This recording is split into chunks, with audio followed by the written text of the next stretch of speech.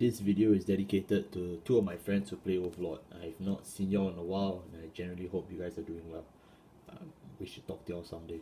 Hey, what's going on, guys? I'm DZBT04 here. Today I am back to cover Dragonic Overlord DN in DivineZ again, because this is an update video. That's right. So if you've not caught up on my channel yet, I am doing DivineZ updates for my previous deck profiles that hit 1000 views and higher. So if you want to get your deck, that I've profiled so far updated, if you want updated version, you know what to do. Just hit boost that video to 1000 views. I generally will take note, and more rather than not, you'll get an update. So today we are back to cover Dragonic Overlord. Not only because of personal obligations, but I do want to cover this deck because of a recent development in Japan, which is of course the Youthquake promo, Blazing War Cry. And I do think that Blazing War Cry really changes the way we play Overlord, for better or for worse. It's no surprise for those of you who know about the end, it's about 2 years since it came out, that the whole point of the end is to just chuck the original Dragonic Overlord from 2021 into the soul, 2022 into the soul, and then generally speaking, your aim is just to go ham. Your aim is just to restand with the multiple drives and just swing and beat this guy to death. Now we actually have another way to do so besides the already established method of Alder Hatchet. So if you played Overlord for a while, you would know about Alder Hatchet, but now we have Blazing War Cry as a further way to do it. Honestly, I'm quite impressed, to be honest, by the way this deck is developed. So I'm going to be showing you a list that's very similar to one that topped in various bookstore tournaments across Japan that I thought, hey, it would be pretty interesting to show you guys. And that's just really about it. Again, even though this order adds a new way to play Overlord, I would still say that this deck is still pretty open to interpretation, because there's still quite a fair few number of ways you can actually build Dragonic Overlord in DivineZ. So you can either build it more like this, or you can play more of the generics in Dragon Empire. If you can even just play pure Overlord beatdown, you can even play like a Grade 1 style Overlord. I think it's all fine, really. So I just want to disclaim that right out of the way, just so that we are all clear that this is not the one true way to play Overlord. Frankly, there is no such thing. But this is an option that you can look into, especially if you're actually still a fan of Dragonic Overlord. I think it sucks so far that Overlord is one of the few decks remaining in DivineZ so far, up till the point of recording this video, which is DZBT04, that Overlord hasn't actually gotten support yet for DivineZ. And I really enjoy the way they've been retroactively supporting older decks through the legacy support. I think even a deck as bad as Majesty or Blaster has gotten enough substance to carry it for another year or two. But Overlord has not, and I really hope that they do rectify this in the future. We have one tournament promo wave left, one more main set, and potentially one more booster set down the line. So I think it's definitely possible that Overlord is a candidate in those decks, and I definitely think he deserves it. Actually, a lot of Dragon Empire decks deserve it. We have Eugene, we've got Babsagara. Yeah, I think a lot of the older Dragon Empire decks, especially the Wave 1, the Year 1 decks, deserve proper support. And Overlord counts as a Year 1 deck if you've know your history about D series. But okay, let's just move on and start with the deck profile.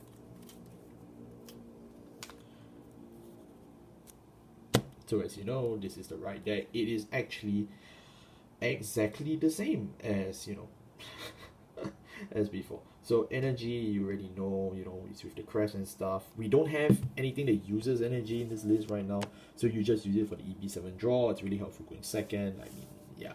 The rest of the right deck is pretty much the same. We have Undoom now in SP. I finally bought it. Thank you, Dora Star. We have Grey Bar, when wrote upon by Nahalem, CB1, search your deck for a Grey 1 card, add it to your hand. Nahalem, when wrote upon by card of Overlord, his name, you can call it the Rearguard Circle, and then after that, during your main phase, you can Soul Blast 1 if your Vanguard's Overlord. This unit, that unit gain 5. Pretty nice. It gives Nahalem a 15k booster, it gives Overlord a 5000 power to carry throughout the turn. And of course, we end it with Dragonic Overlord, the end. And his main 2 skills are, as long as he has Dragonic Overlord, the origin of the soul, he gains 5000 power during your turn, and his drive checks cannot be reduced. I think that's very important, especially given how we have certain decks like Star Hiroja in today's meta. I think having this skill more consistently allows Overlord to compete in scenarios where he traditionally just folds and dies, right? Like if you just don't hit Overlord in the soul and you fight Starhilja, you are playing under one drive, which is terrible. But now that you actually have a skill to protect your drives, it makes Starhilja slightly less threatening. At least you get a baseline, is what I'm saying, which is really appreciative considering, you know, how DN works. And then the second skill is that at the end of the battle, these unit attacks, come +1, discard 2 cards to your hand, stand it, drive -1. Yeah, it's very simple of a skill, but very effective. I am glad Overlord is one of those decks and bosses in DivineZ that still stand up today to modern scrutiny, but I would say Overlord's flaw comes from his lack of direct support, less of the deck as a whole. He just needs like some form of update, and I would say this is pretty good. Moving on to the grade 3s. Our grade 3s, we obviously play 4 copies of Dragonic Overlord DN. I don't think that's a big surprise to anyone. If it is, let me know. I will just tell you, please go back and watch the video. And then of course for our main deck, we are also playing 4 copies of the original Dragonic Overlord. So he's just a garnet.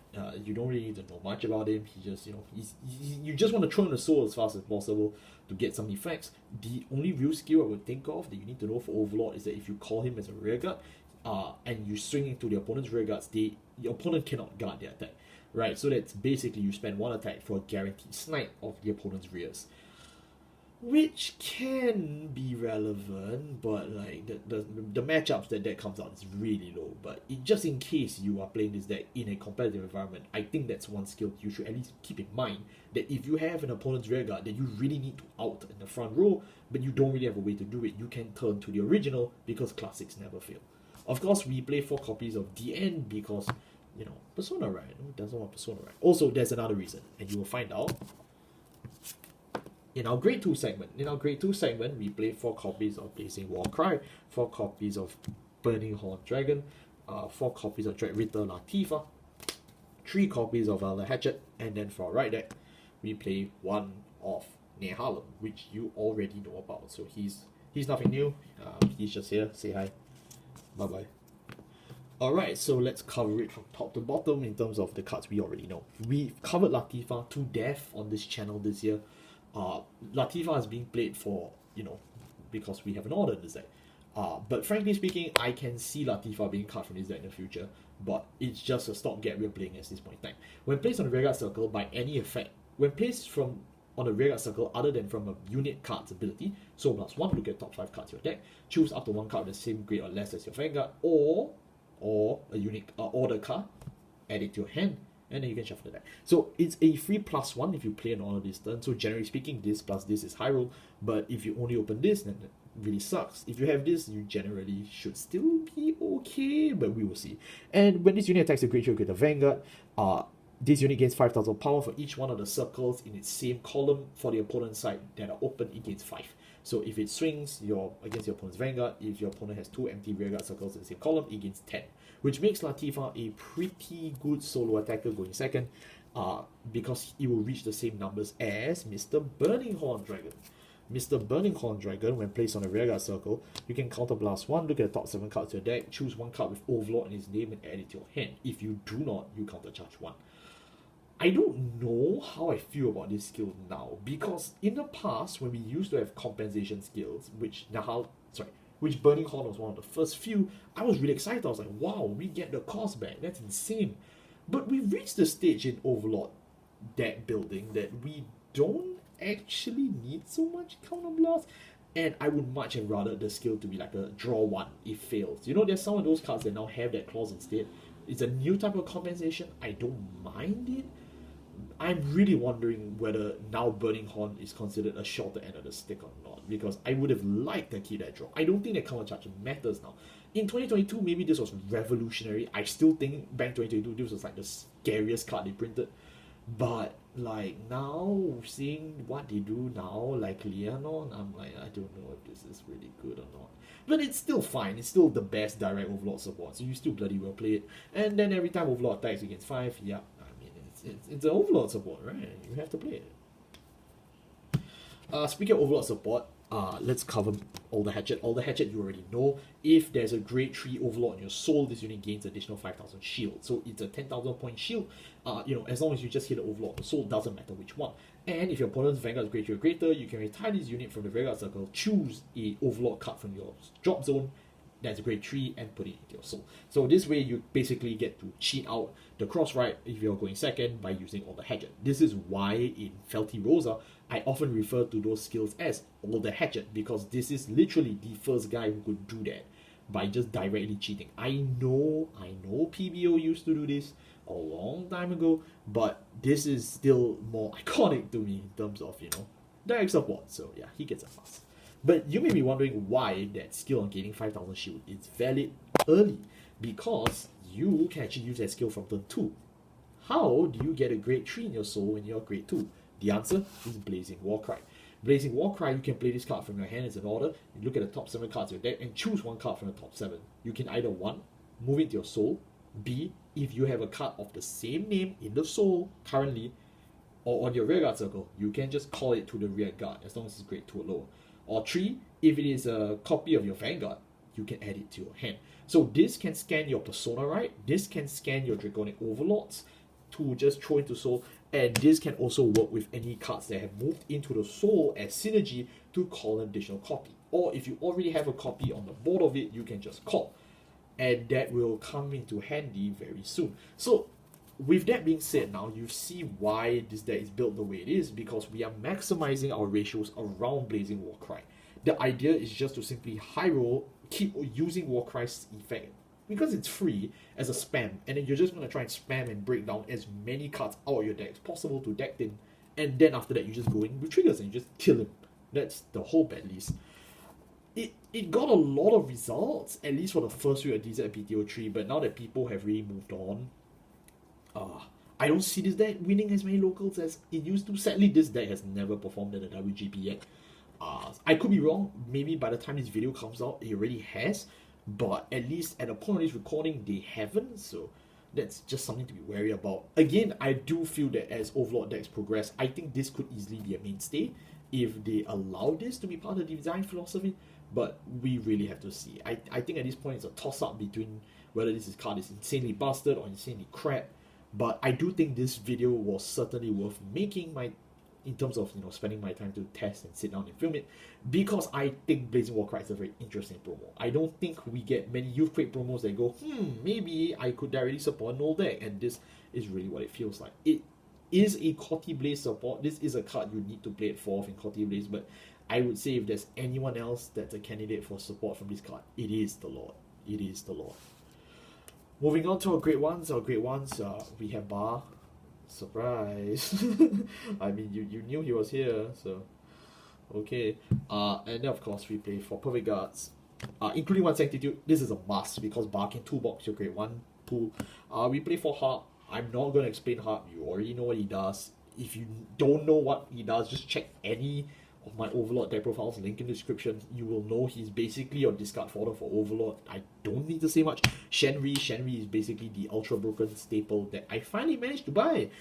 Yeah, and she's pretty useful here because we do play an order, and that's why she can be played this deck. But traditionally speaking, because if you play her in the early game, you have more rares than your opponent, you get a free 13k booster, move to soul and draw. And because Blazing Warcry checks the cards in your soul, you can actually Shenri into Warcry into Shenri, and that is really stupid in my opinion. So yeah, I've seen Warcry being used with Shenri in this package with stuff like Vanguard Dragress. I don't think it works, but it is certainly interesting to see people try. Why not, right? But yeah. And then last but not least, we have our grade zeros. We have Mr. Lizard Runner Andum. Wow, I cannot tell you how happy I was to get this card from Dora Star. Really, I've been looking for this for 3 years now, and I finally found the SP. And then we play 8 critical triggers, pretty obvious. 3 fronts. We are playing fronts in this version because we actually go wide with Latifa. So the idea is to high roll and kill. But again, the problem is that this is very high roll, so you may want to go back to draws. I think front is funny, but yeah. 4 heals, we still want to survive, and Javeda because this is card game roll. And yeah, that wraps up my deck profile for Dragonic Overlord DN in DZBT04. I think my overall thoughts on this deck is that I am still very greatly in love with this deck. And it's clear that you guys really like this deck too. The fact that this was my first DivineZ deck profile to completely blow out of proportion in terms of views, I know that there's still a love for Kaitoshiki somewhere here in this world.